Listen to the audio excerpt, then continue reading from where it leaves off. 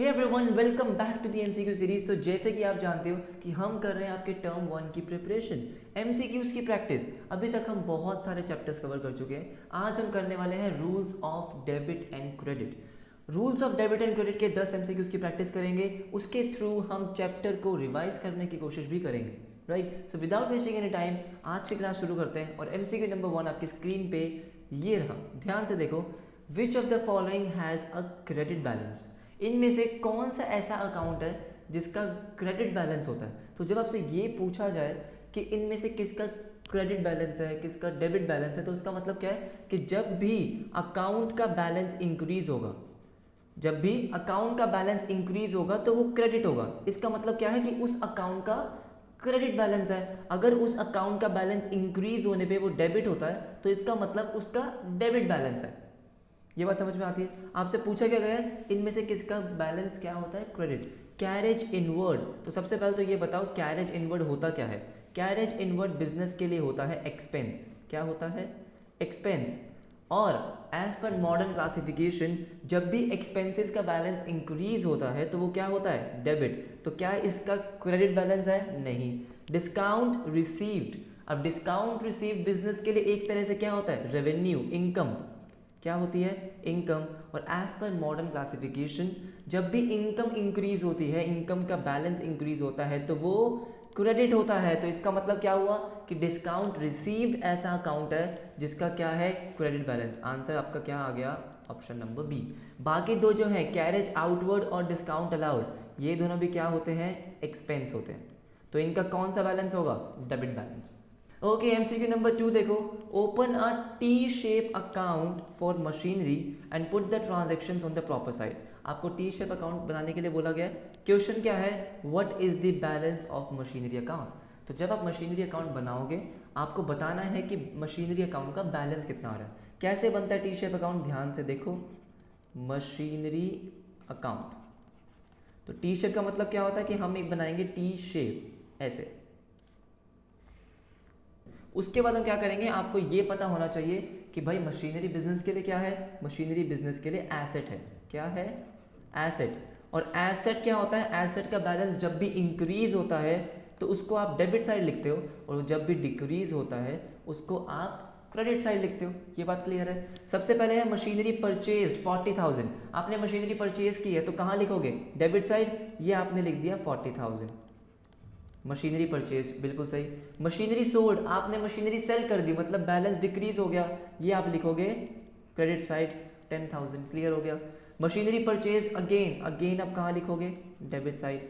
उसके बाद आपको दिया मशीनरी डिस्कार्डेड। डिस्कार्डेड का मतलब क्या है कि खराब खराब हो गई और आपने उसको खत्म कर दिया। ठीक है, अगेन उसका बैलेंस डिक्रीज हुआ तो 14,000 credit side. Depreciation on machinery, तो डेप्रिसिएशन का मतलब आपको पता ही है कि जब भी मशीनरी की वैल्यू डिक्रीज होती है उसको डेप्रिसिएशन बोलते हैं। डिक्रीज होती है, कहाँ लिखोगे? 1000 क्रेडिट साइड पे। क्लियर हो गया? अब आपको बैलेंस निकालना है। बैलेंस कैसे निकालते हैं आपको अच्छे से पता है। क्या करोगे? दोनों साइड का टोटल करके देखो, जोन सी भी साइड का टोटल ज़्यादा आ रहा है उसका टोटल लिखना होता है। कौन सी साइड का टोटल ज़्यादा आ रहा है? इस साइड का, तो आप क्या लिखोगे? 48,000, 48,000। अब अगर आप क्रेडिट साइड देखो तो उसका टोटल 48,000 तो नहीं है। अगर आप क्रेडिट साइड देखोगे तो उसका बैलेंस कितना आ रहा है? 10 + 14, 24 + 1, 25,000। लेकिन टोटल कितना है? 48। तो इसको हम बोलते हैं बैलेंस। क्या आएगा? बैलेंस कितना आ जाएगा? ये 23,000। अब हो गए 48, आंसर क्या आ गया आपका? 23,000। यही तो पूछा गया था, balance of machinery account. Clear हो गया? नेक्स्ट एमसीक्यू देखो, MCQ number 3। Drawings account is a personal, real, nominal और नन। इसमें बच्चे बहुत कंफ्यूज हो जाते हैं। है तो बहुत सिंपल सा, लेकिन कंफ्यूज हो जाते हैं कि ड्राइंग्स अकाउंट कौन सा अकाउंट होता है। तो एक चीज़ हमेशा ध्यान रखना, जो भी आइटम्स, जो भी ट्रांजैक्शंस आपके प्रोप्राइटर, आपके ओनर से रिलेटेड होती है वो सारी आप कहाँ डालते हो? Personal account. क्योंकि ओनर कौन है? एक नेचुरल पर्सन है। यस और नो? नेचुरल पर्सन मतलब पर्सनल अकाउंट। ड्राइंग्स क्या है? ओनर जब पैसा विड्रॉ करता है उसको ड्राइंग्स बोलते हैं। किसकी बात हो रही है? ओनर की। कहाँ डालोगे? पर्सनल अकाउंट में। क्लियर हो गया? नेक्स्ट देखो, MCQ number 4. Debit means an increase in asset, an increase in liability, an increase in capital और decrease in asset. कौन सा क्लासिफिकेशन है? Modern classification. और मॉडर्न क्लासिफिकेशन में डेबिट का मतलब क्या होता है, जब एसेट इंक्रीज होता है तब डेबिट होता है, तो आंसर क्या हो गया, एन इंक्रीज इन एसेट। जब लायबिलिटी इंक्रीज होती है तो उसको क्रेडिट करते हैं, कैपिटल इंक्रीज होता है उसको भी क्रेडिट करते हैं, एसेट डिक्रीज होता है उसको भी क्रेडिट करते हैं। आंसर क्या आ गया, ऑप्शन नंबर ए। देखो है तो बहुत इजी एमसीक्यू, लेकिन जिन भी बच्चों ने कॉन्सेप्ट अच्छे से रिवाइज नहीं किया तो क्या होगा, इसके थ्रू आपके कॉन्सेप्ट भी रिवाइज हो जाएंगे। ये सुनो, नेक्स्ट एमसीक्यू देखो, एमसीक्यू नंबर 5, ध्यान से देखना इसको। Chandu, a dealer in machinery received advance against sale of tables and chairs. Chandu, a dealer in machinery, received advance against sale of tables and chairs. How should this advance be treated? आपको बोला गया है कि चंदू एक dealer है furniture का, उसको advance receive हुआ है sale of tables and chairs. Basically क्या मतलब हुआ कि मान लो ये है हमारा चंदू, ठीक है, ये क्या काम करता है, फर्नीचर सेल करता है, इसको किसी कस्टमर ने क्या दे दिया, एडवांस दे दिया। एडवांस का मतलब पहले ही पैसे दे दिए, अभी तक इसने टेबल और चेयर्स बेची नहीं है, सेल नहीं करी, पहले ही पैसे दे दिए। आपसे पूछा गया है एडवांस को कैसे ट्रीट करोगे, तो ये जो एडवांस है इसको हम क्या बोलते हैं, इसको हम बोलते हैं income received in advance. Income received in advance. और ये बिजनेस के लिए क्या होती है, क्या होती है, लायबिलिटी। क्यों होती है लायबिलिटी, क्योंकि आपको पैसे रिसीव हो गए लेकिन आपने काम तो किया नहीं है, आपने अभी सेल तो किया नहीं है। यस और नो, पैसे रिसीव हो गए तो इसका मतलब अब आपके लिए एक ऑब्लिगेशन हो गई, जो ये अमाउंट रिसीव होगा ये अब आपके लिए एक ऑब्लिगेशन है कि आपको अब टेबल्स और चेयर्स बेचने हैं, उनको भेजने हैं। ठीक है, बात समझ में आ गई। एडवांस आपका क्या होता है, हमेशा लायबिलिटी होती है। नेक्स्ट देखो 6th point, 6th MCQ, as per modern classification of accounts outstanding expense account is. As per modern classification आपको बताना है कि आउटस्टैंडिंग एक्सपेंस क्या होते हैं, लायबिलिटी, एसेट, एक्सपेंस या रेवेन्यू। अब आउटस्टैंडिंग एक्सपेंस का मतलब क्या होता है कि लेट्स से आपका एक रेंट का एक्सपेंस है ना, ये है आपका मंथ कौन सा, 1 मार्च से 31 मार्च। आपको रेंट पे करना था लेकिन आपने 31 मार्च तक रेंट पे नहीं किया। अब आपका ये एक्सपेंस तो हो चुका है ना, एक्सपेंस तो आपका हो चुका है रेंट एक्सपेंस, लेकिन आपने पे नहीं किया, आपने पे नहीं किया। लेट्स से 10,000 का एक्सपेंस था, आपने पे नहीं किया, तो अब ये 10,000 को हम क्या बोलते हैं, आउटस्टैंडिंग रेंट।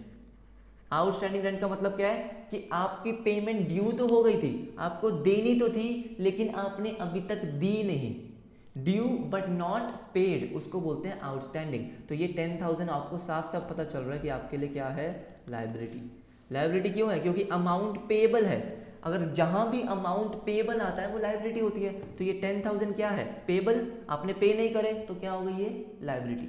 नेक्स्ट देखो MCQ number 7, as per traditional classification prepaid rent account is classified as. ये बहुत अच्छा है। एज पर ट्रेडिशनल क्लासिफिकेशन आपको बताना है कि प्रीपेड रेंट कौन सा अकाउंट होता है, नॉमिनल, रियल, नेचुरल पर्सनल और रिप्रेजेंटेटिव पर्सनल।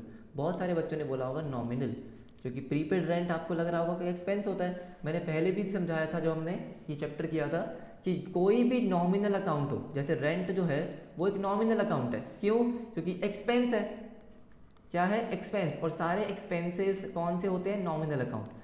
अगर नॉमिनल अकाउंट के आगे या पीछे कोई भी वर्ड में ऐड कर देता हूँ तो वो क्या बन जाता है, वो आपका बन जाता है रिप्रेजेंटेटिव पर्सनल। मतलब जैसे अगर मैंने बोला प्रीपेड रेंट, क्या बोला, प्रीपेड रेंट, तो वो आपका क्या बन चुका है, रिप्रेजेंटेटिव पर्सनल। अगर मैं बोलूँगा आउटस्टैंडिंग रेंट, वो भी आपका क्या बन जाएगा, अगेन रिप्रेजेंटेटिव पर्सनल। तो एक्सपेंस जो नॉमिनल होता है उसके सफिक्स में या प्रीफिक्स में, मतलब आगे या पीछे अगर मैं कोई भी वर्ड ऐड कर दूंगा तो वो क्या बन जाता है मेरा, रिप्रेजेंटेटिव पर्सनल। अगर सिंपली रेंट अकाउंट दे रखा होता तो फिर तो नॉमिनल होता, लेकिन अभी नॉमिनल नहीं है। क्यों, क्योंकि उसके आगे आपको प्रीपेड दे रखा है। तो अब कौन सा है, रिप्रेजेंटेटिव पर्सनल। क्लियर हो गया। नेक्स्ट एमसीक्यू देखो, एमसीक्यू नंबर 8, बहुत अच्छा एमसीक्यू है, ध्यान से बताना मुझे। What is signified by a credit bank balance. अगर आपके बैंक में क्रेडिट बैलेंस है उसका मतलब क्या हुआ, it signifies amount payable by the bank to the business, payable by the business to the bank, receivable from the customers और none. क्या मतलब हुआ इसका, अगर आपके बैंक में क्रेडिट बैलेंस है तो फटाफट से बताओ, आपका ये बैंक बैलेंस है, हाँ या ना। अगर आपके बैंक में क्रेडिट बैलेंस है तो बैंक बैलेंस वैसे तो आपके लिए क्या होता है, एक तरह से एसेट होता है। क्या होता है, एसेट। लेकिन अगर इसका आपका पास क्रेडिट बैलेंस है तो इसका मतलब क्या होता है? इसका मतलब ये होता है कि आपने अब बैंक को पैसे देने हैं, आपने बैंक को पैसे देने हैं। लेट्स से क्या होता है कि जो भी बिजनेस के अकाउंट्स होते हैं ना, वो कौन से होते हैं? Current account.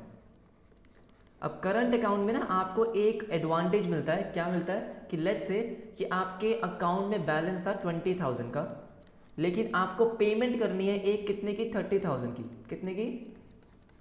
30,000 की। ये 20,000 का बैलेंस था, ये होता है आपका बैंक का डेबिट बैलेंस। जो आपके बैंक में पैसा पड़ा हुआ है वो आपके लिए एसेट है, एसेट मतलब डेबिट बैलेंस। लेकिन आपको पेमेंट करनी थी 30,000 की, तो बैंक आपको ये एक फैसिलिटी देता है कि भाई आप जितना बैलेंस आपके पास है आप उससे एक्स्ट्रा पेमेंट कर सकते हो। तो आपने 30,000 की पेमेंट एक्चुअली में कर दी। क्यों कर दी? क्योंकि बैंक ने आपको 10,000 का एक तरीके से लोन दे दिया। इसको हम बोलते हैं बैंक ओवरड्राफ्ट। क्या बोलते हैं? Bank overdraft. ठीक है, जैसे ही आपने 30,000 की पेमेंट करी, अब आपके बैंक में हो गया क्रेडिट बैलेंस 10,000 का। और इसका मतलब क्या हो गया? इसका मतलब ये हो गया कि आपने बैंक को पैसे देने हैं 10,000। तो ऑप्शन देखो कौन सा होगा? It signifies amount payable by the business. आपने देने हैं किसको? बैंक को। Option number B. समझ में आया? राइट। नेक्स्ट एमसीक्यू देखो, MCQ number 9। Dash is a record of all the transactions under a particular head. Dash is a record of all the transactions under a particular head. क्या वो journal है? क्या वो trial balance है? क्या वो account है या नन? आंसर क्या है? बहुत ही सिंपल एमसीक्यू, आंसर है अकाउंट। अकाउंट एक ऐसी जगह है जहां पे आप पर्टिकुलर हेड की सारी ट्रांजेक्शन्स को रिकॉर्ड करते हो। जैसे कि अगर मैं बात करता हूँ कैश अकाउंट की, तो कैश से रिलेटेड जितनी भी ट्रांजेक्शन होती है वो आप कैश में रिकॉर्ड करते हो, ना तो जर्नल ना ट्रायल बैलेंस। आंसर क्या है? Account. Next MCQ, MCQ number 10, आज का लास्ट एमसीक्यू है, ध्यान से देखो। ठीक है, bad debt recovered. Bad debt recovered is classified under which account head as per traditional and modern classification. दोनों क्लासिफिकेशन के अकॉर्डिंग आपको बताना है कि जो बैड डेट रिकवर्ड अकाउंट होता है वो कौन सा अकाउंट होता है। ठीक है, पहले आपको बोला nominal and assets, real and revenue, nominal and revenue, personal and assets. Sir कुछ समझ नहीं आ रहा, ध्यान से सुनो। बैड डेट रिकवर्ड का मतलब क्या होता है कि बिजनेस से पैसा डूब चुका था। अब ध्यान से सुनो, बैड डेट रिकवर्ड का मतलब क्या होता है कि देखो आपने एक कस्टमर को, मिस्टर ए को कुछ गुड सेल करे थे। ठीक है, कितने के? 10,000 के। मिस्टर ए ने बोला था कि मैं अब पैसे नहीं दे सकता, मैं पैसे नहीं दे सकता। तो ये 10,000 आपके हो गए थे बैड डेट्स। क्या हो गए थे? Bad debts. अब इन फ्यूचर अगर मिस्टर ए की कोई लॉटरी लग जाती है, उसके पास पैसे आ जाते हैं और वो कहता है कि ठीक है, जो पैसे मैंने आपको पहले नहीं दिए थे मैं अब देने के लिए तैयार हूँ और मैं आपको 6,000 रुपये दे सकता हूँ। कितने? 6,000। इसको हम क्या बोलते हैं? Bad debt recovered. क्यों? क्योंकि मैं तो मान चुका था कि भाई ये मेरे बैड डेट है, लेकिन अब ये रिकवर हो गए, तो इसको मैं क्या बोलता हूँ? Bad debt recovered. अब एक बात बताओ, ये बिजनेस के लिए क्या है? एक तो ये बिजनेस के लिए इनकम है। क्या है? इनकम है। बहुत सिंपल सी बात है। तो एक बात बताओ, अगर मैं बात करता हूँ ट्रेडिशनल क्लासिफिकेशन की, तो जो इनकम होती है वो कहाँ जाती है? नॉमिनल में। यस और नो? तो आंसर क्या होगा? आपका आंसर होगा nominal and revenue. Modern classification में जितनी भी इनकम्स वगैरह होती है वो आप कहाँ डालते हो? रेवेन्यू में। आंसर आपका है nominal and revenue. So I hope आपने इन 10 MCQs के थ्रू कुछ सीखा होगा, आपके कुछ कॉन्सेप्ट्स क्लियर हुए होंगे, कुछ थोड़ा कॉन्फिडेंस आया होगा, थोड़ी प्रैक्टिस हुई होगी। अगर ऐसा है तो प्लीज़ वीडियो को लाइक करना मत भूलना। अगर आप पहली बार मेरे चैनल पर आए हो तो प्लीज़ चैनल को सब्सक्राइब करके उस बेल आइकन को ज़रूर प्रेस कर देना। मिलेंगे आपसे नेक्स्ट क्लास में कुछ और क्वेश्चंस के साथ और कॉन्सेप्ट्स के साथ। तब तक के लिए बाय बाय।